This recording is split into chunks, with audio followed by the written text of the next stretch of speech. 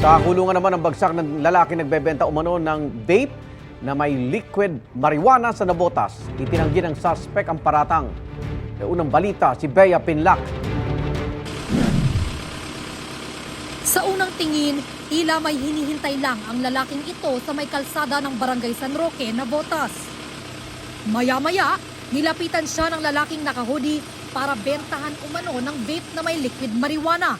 Dumating rin ang isa pang lalaking nakasuot ng red t-shirt na bibili rin umano ng kontrabando. Ilang sandali lang sinunggaban na ng lalaking naka-jersey ang dalawa at pinadapa sa sahig. Isa pala siyang pulis na nagpanggap na buyer ng marijuana vape. Arestado ang umano'y seller at bumili.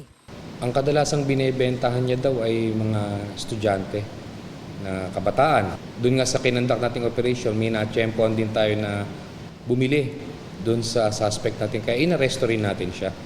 Ayon sa pulisya, galing ibang bansa ang produkto at nabibili ng suspect online at kanya ring ibinebenta online sa kanyang mga parokyano. 14,000 pesos ang halaga ng 3 pipe ng marijuana vape na nakuha mula sa suspect. Tumangging magbigay ng pahayag ang nahuling bumibili umano ng marijuana vape. Ang umano'y seller naman, itinatanggi na nagbebenta siya nito. Napag-utusan nyo po kami para gawin yung gano'n. Hindi po totoo yung paratang na yun. Ikaw ba ay gumagamit ng marijuana vape? Gumagamit po. Nahaharap ang mga suspect sa reklamong paglabag sa Comprehensive Dangerous Drugs Act of 2002. Ito ang unang balita.